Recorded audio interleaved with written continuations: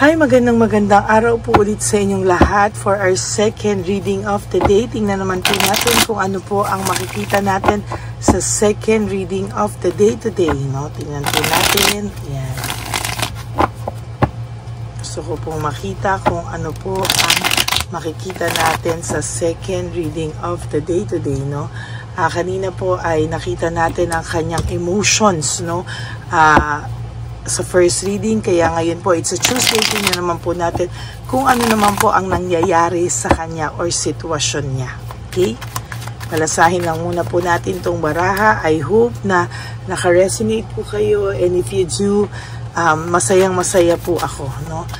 Paki-like lang po ang video na to, and please no skipping of ads. Alam ko naman po na tulong nyo na po yan sa ating channel ang hindi pag-i-skip ng ads. No?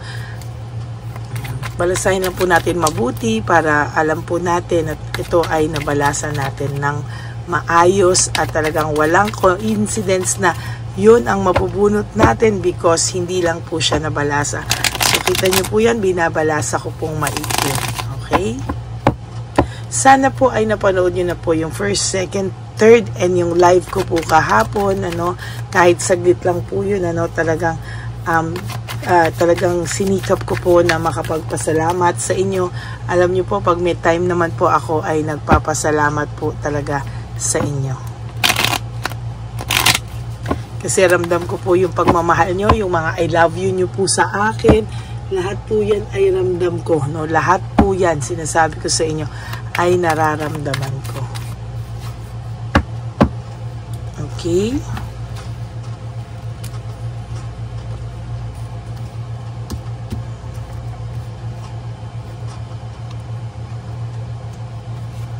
One, 2, 3, 4, 5, 6, 7, 8, 9, 10. Another 10 po. 1, 2, 3, 4, 5, 6, 7, 8, 9, 10. Itabi muna po natin itong mga hindi po natin nabunot. Ayan. Sa salamin ko. Ayan. Okay, wait lang po ha. Pupunasan ko lang po itong aking salamin para mabasa po natin maiging maigi.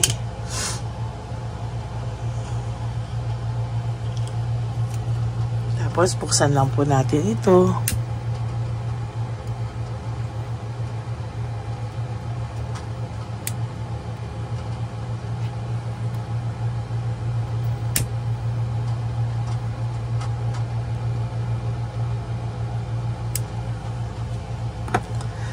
Okay.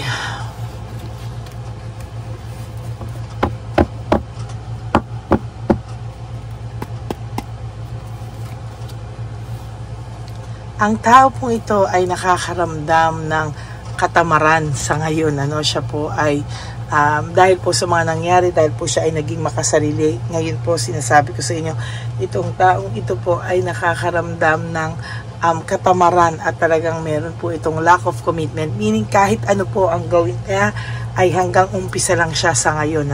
Wala po siyang natatapos sa lahat ng mga gusto niyang gawin o mga sinimulan niyang pangarap niya o kung ano man. Kahit even sa relationship, hindi niya po matagalan. Talaga pong kahit hindi po ito mag-break, halimbawa, parang hindi na po ganun katamis ang kanilang ang kanilang pagsasama because sabi ko nga po sa inyo, hanggang sa umpisa lang po ang taong ito. Nararamdaman niya po na ang dami pong lost opportunity sa buhay niya simula nang ikaw po ay mawala sa buhay niya. Ang tao pong ito ay nakakaramdam ng matinding parang malas sa ngayon. At ngayon po talagang parang kaya po siya tinatamad kasi parang nakikita niya wala naman daw pong nangyayari sa buhay niya. Parang Lagi na lang daw po siyang naiipit sa mga sitwasyon. Ayan tingnan niyo po talaga laziness, loss of opportunity, missed chance, no motivation, lack of passion, and uninspired. Sabi ko nga po sa inyo, yung taong in love, yung taong wala po talaga sa nakikita ko po dito, wala po siyang motivation ngayon, very uninspired siya. Tandaan nyo ang tao na inspired ay, sasabihin ko po sa inyo, ang tao pong inspired ay in love, o yung taong in love ay inspired. Pero sa nakikita ko po, ito pong taong ito ay hindi po siya talaga nai-inspire, Sa totoo lang po, ang taong ito ay pilit na pilit niyang nilalabanan lang po yung kanyang pakiramdam, at sa nakikita ko po talaga ay hindi po ito mapakali, Hindi po siya mapakali, at talagang sa nakikita ko ay talagang wala siyang, ba tong parahan niya? Wala pong direksyon ng buhay niya. Very unpredictable, Sa nakikita ko po talaga ay meron siyang matinding pinagdadaanan ngayon. Ang tao pong ito ngayon ay hindi to nakakatulog, Kaya most of the time, minsan nagigising ka ng madaling araw, naiisip ka po nito, parang ikaw ba ay nagigising sa madaling araw kasi naiisip ka po ng person mo, hindi po siya nakakatulog lately, May malaki po siyang problema at nakakalimot lang po siya pag naiisip ka niya, Yan, Panay po siya conflict, frustration, Yan po yung nakikita ko sa kanya.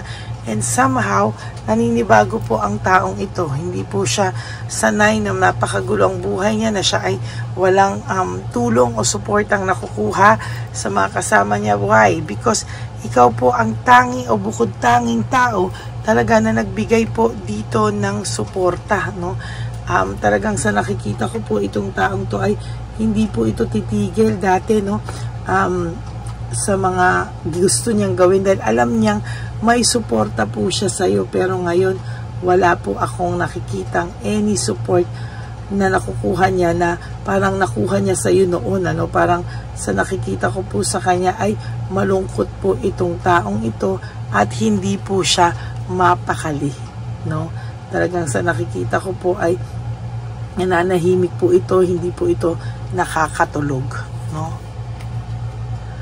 Alam niya po may mga taong pinag-uusapan siya. Alam niya po na may mga taong pilit siyang ibinabagsak, hinuhusgahan. Hindi na po naniniwala sa mga version niya, Ay, nako, yan ang sinasabi ko. Iba talaga pag Tuesday.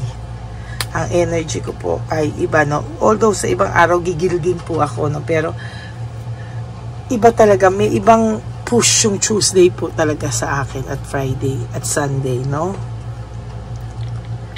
Di ka ba wait nagigising ka ba madalas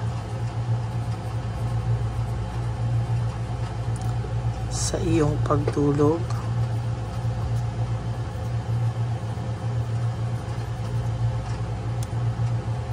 Iniisip kanya at di siya nakakatulog.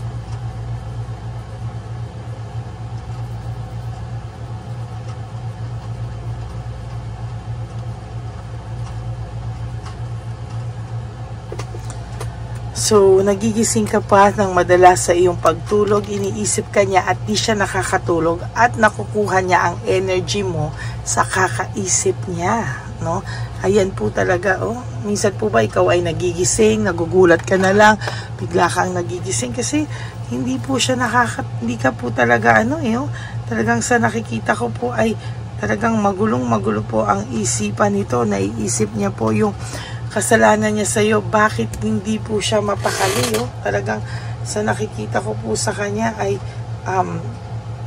talaga pong ang sasabihin ko sa iyo, talaga pong ang taong ito ay hindi po din talaga napapakali, no?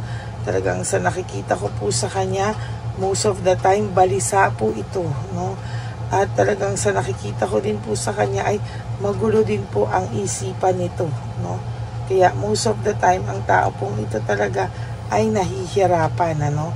Talagang sabi ko nga po sa iyo ay naiisip ka po nito lalo na po sa sa kanyang pagtulog, no? Talaga pong hay nako.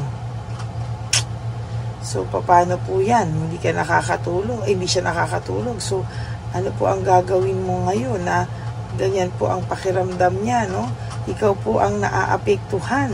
Ikaw po talaga ang talagang hindi niya po kinakaya, no? Yung ganitong pakiramdam, no? Talagang sa nakikita ko po is talagang hirap na hirap po ang taong ito ngayon at talagang ikaw po ang nasa laman ng isipan nitong taong to. Ang dami niya pong conflict, group conflict of rivalry and competition. Pwede pong ito ay conflict sa mga taong nasa paligid niya. Ito naman po kung may third party kayo, conflict between the two of them, no? There is selfishness, jealousy, and insecurity, no? Sa nakikita ko po dito ay meron po siyang selfishness, jealousy, and insecurity, no? Talagang masabi ko nga po sa inyo, malalim pa sa lungkot ang nararamdaman nito. There's really a lot of emptiness na nararamdaman niya po sa mga oras na to, no? Talagang siya po ay nakakaramdam ng deep sadness and loneliness, no? Hindi niya po inaakala, pero ganyan po talaga, no? Ayan, siya naman po ngayon ang nakakaramdam ng heartbreak, suffering, and grief. Siya po ngayon ang nasasaktan at hindi niya po maintindihan. Bisit na bisit po siya sa buhay niya ngayon, sa lahat po ng desisyong hindi niya pinag-isipan. Kasama po dyan ang hindi niya po pinag-isipan ang consequences ng bawat actions niya sa buhay, no? Yung pag-iwan niya po sa iyo ang greatest mistake na nagawa niya sa kanyang sarili. Hindi po sa iyo, ha. Take note, ang pag-iwan niya po sa iyo at pagpili niya pong lumayo sa iyo ay pinahirapan niya po at sinaktan niya po at pinakamalaking kasalanan niya sa sarili niya at hindi sa iyo. Why? Siya po ang nagdadala ngayon ng consequences, siya po ang nagdadala ngayon ng karma, at siya po ang nagdadala ng konsensya at lungkot at depression, frustration, at lahat ng negative emotions na dala nito, no? Ngayon po siya ay bored na bored sa buhay niya, lack of passion. Sabi niya, akala naman niya ay nakuha na niya yung gusto niya, pero hindi pa rin daw pala, no? There is jealousy, no? May nagseselos po sa yung tao, no? Alam po niya na nagkakaganyan ang person mo dahil pa rin sa kagagawan mo daw, no? Siya po, yung person mo ang gumawa niyan sa sarili niya. There's entrapment, there is self-victimization, ano? Siya po ang gumawa niyan. Ito yung sinasabi ko sa inyo na nakita ko din sa first reading. There is really sadness, depression, and negativity, no? Talagang ang taong ito ay talagang makikitaan mo ng sobrang depression, sadness, at lahat ng negative emotions. Ay, ang bigat! Ang dami niya pong unresolved issues and emotional baggage na dala-dala, no? Hindi po siya nag-heal sa paghihiwalay niyo. Sa totoo lang, siya ang hindi nakapag-heal sa paghihiwalay niyong dalawa. Nakakaramdam po siya ng stress out, burnout, restlessness, no? Walang katahimikan, panay kapaguran, panay pag-iisip sa isipan, ano? At talagang nakakaramdam siya ng stress and burnout. O, ito na susunod. Burnout and overstress. Binaliktad lang po, no? Yaan po talaga ang nararamdaman ng person nyo right at this very moment at nangyayari sa kanyang sitwasyon, no? Ayan po, matindi po yan, ano? Kaya yan po ang nakikita ko, no? Kaya ka nagigising sa umaga, it is because naiisip ka niya at naiisip niya din lahat ng bigat na nabigay niya sa'yo at mga desisyon niya sa'yong maling-mali at hindi niya po pinag-isipan. Yan po ang second reading of the day nyo ngayon. Whew. Very, very draining po. Na-drain po ako doon. Dahil ang bigat po ng emotions niya, ng situation niya, naramdaman ko po yung energy niya, kaya medyo draining po, no? Pero somehow, I am happy, no, na kayo po ay nabasahan ko ng second reading of the day. For those of you who would like to have a private reading with me, para ma-sure nyo kung ito ay energy nyo, you may contact me po at Ladyly Elena, that's L-A-D-Y-L-Y Elena. Nasa dulo po yan ng ating video, dyan nyo lang po ako makokontak. That is my only official and legit FB and Messenger account, no? Kasama po dyan, nilabas ko din ang fake account ng Lady Elena na kung saan ay may mga ginagamit siyang account na magpapadala po daw kayo ng pera sa ganyang number at sa ganyang ano. Mag-ingat po kayo, okay? Mag-ingat po kayo. Ano pa po ang billing ko sa inyo? Marami po sa comment section natin ang nagsasabi ng mga kung ano-ano, kaya mag-iingat po kayo, ha, please, mag-ingat po kayo. Yung mga nagustuhan ko si doktor ganyan-ganyan o si espiritistang ganito, mag-ingat po kayo dahil pakiramdam ko po, no, yan din po ang gumamit ng account natin. Kaso lang po sa nakikita ko, dahil po sa dami po ng babala ko, no, ay hindi na po siya nakakauto ng tao, no, kaya gumamit na po siya talaga, no. Ayan, talagang ayan, no. Hay nako, napakabigat po. Yan po ang sinasabi ko sa inyo, no. So talagang matinding-matindi po ang taong ito, no? Kaya sa totoo lang po ay bumalik din po sa kanya yung tindi ng ginawa niya. Hindi po ako makamove on, pasensya na kayo, bumalik na naman ako. Kasi talagang ang draining po talaga. So, yun po, no? So, ano po ba ang payo ko sa aking mga ever loyal, solid, and faithful na Lady Elena family? Gusto ko po sabihin sa inyo na I love you all from the bottom of my heart. Siguro naman po ramdam na ramdam nyo rin po yan. Kaya nagpapasalamat po ako sa lahat ng suporta at pagmamahal nyo sa akin. And for not skipping ads, tulong nyo na po yan sa ating channel para lalo tayo makatulong sa ating advocacy sa mga street lolos and lolas, no? Sa akali po talaga ay maraming matatandang nagugutom at pinabayaan ng mga anak.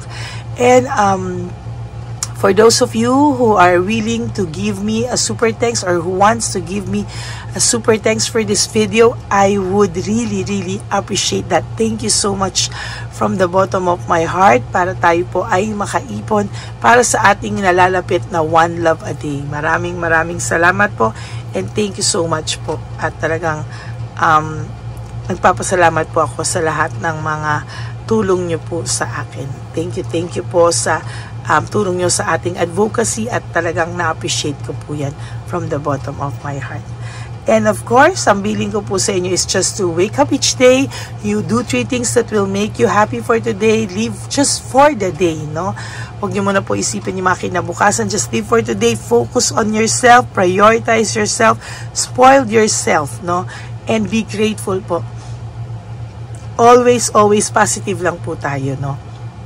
And you should love yourself because self-love is still the best love of all.